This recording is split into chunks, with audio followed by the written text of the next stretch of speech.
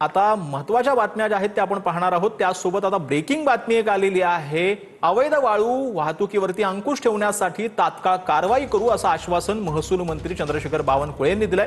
नांदेड जिल्ह्यातील मुदखेड बारड या मार्गावरती अवैध वाळू वाहतूक करणाऱ्या हायवा टिपरनं दुचाकी स्वाराला चिरडल्याची धक्कादायक घटना जी आहे ती समोर आलेली होती।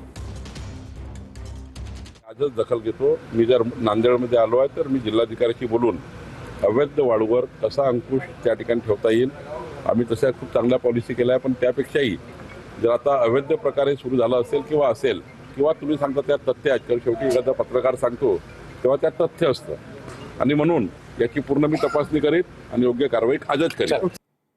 तर जळगावमध्ये ठाकरेंची शिवसेना शरद पवारांच्या राष्ट्रवादीची बैठक निष्फळ ठरलेली आहे। महापालिका निवडणुकीसाठी दोन्ही पक्षांच्या स्वबळाचा नारा पाहायला मिळतोय। सन्मानजनक जागा मिळत नसल्यानं सोबळावर लढणार असल्याचं शरद पवार गटाने म्हटलेलं आहे। तर आमचीही 75 जागा सोबळावर लढवण्याची तयारी असल्याचं ठाकरे गटानं म्हटलं। चर्चेच्या द्वारा नक्कीच बंद झालेली आहे, कारण वेळ कमी आहे।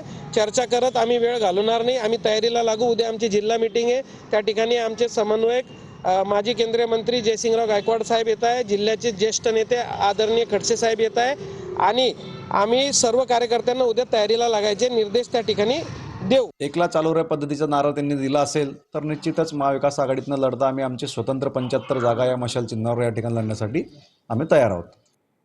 तर राजधानी दिल्लीमध्ये वायू प्रदूषण नियंत्रित करण्यासाठी कठोर उपाययोजना जाहीर करण्यात आल्या आहेत। पर्यावरण मंत्री मनजिंदर सिंग सिरसा यांच्याकडून वाहतुकीवरती निर्बंध टाकण्यात आलेले आहेत। दिल्ली सरकारकडून वाहतुकीवर नेमके कोणते निर्बंध लावलेले आहेत पाहूया।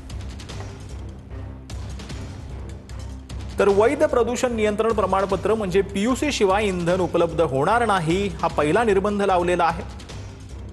तर BS4 मानकापेक्षा कमी वाहनांना 18 डिसेंबर पासून दिल्लीत प्रवेश मनाई असणार आहे। तर बांधकाम साहित्याची वाहतूक करणाऱ्या वाहनांना दिल्लीमध्ये प्रवेश बंदी करण्यात आली आहे।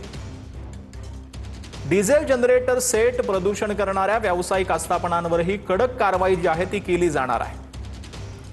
लेगसी कचरा कायमचा नष्ट करून त्या ठिकाणी घनदाट जंगल निर्माण करणार असल्याची देखील माहिती मिळते। तर रुपाली चाकणकरांनी दिल्लीमध्ये सुनील तटकरेंसह नितीन गडकरींची भेट घेतली आहे। नवले पुलावरील अपघाताची मालिका, वाहतूक कोंडी आणि नागरिकांचे होणारे बळी आणि सुरक्षतेचा प्रश्न सविस्तरपणे मांडण्यात आला। या बैठकीमध्ये एलिव्हेटेड ब्रिजची मागणी देखील आग्रहीपणे मांडण्यात आली। नितीन गडकरींनी तत्काळ अधिकाऱ्यांशी चर्चा करून एलिव्हेटेड ब्रिजच्या प्रस्तावाला मंजुरी दिली। तसंच सेवा रस्त्यावरील अतिक्रमण हटवून वाहतूक सुरळीत करण्याचे स्पष्ट आदेश जे आहेत ते देण्यात आले।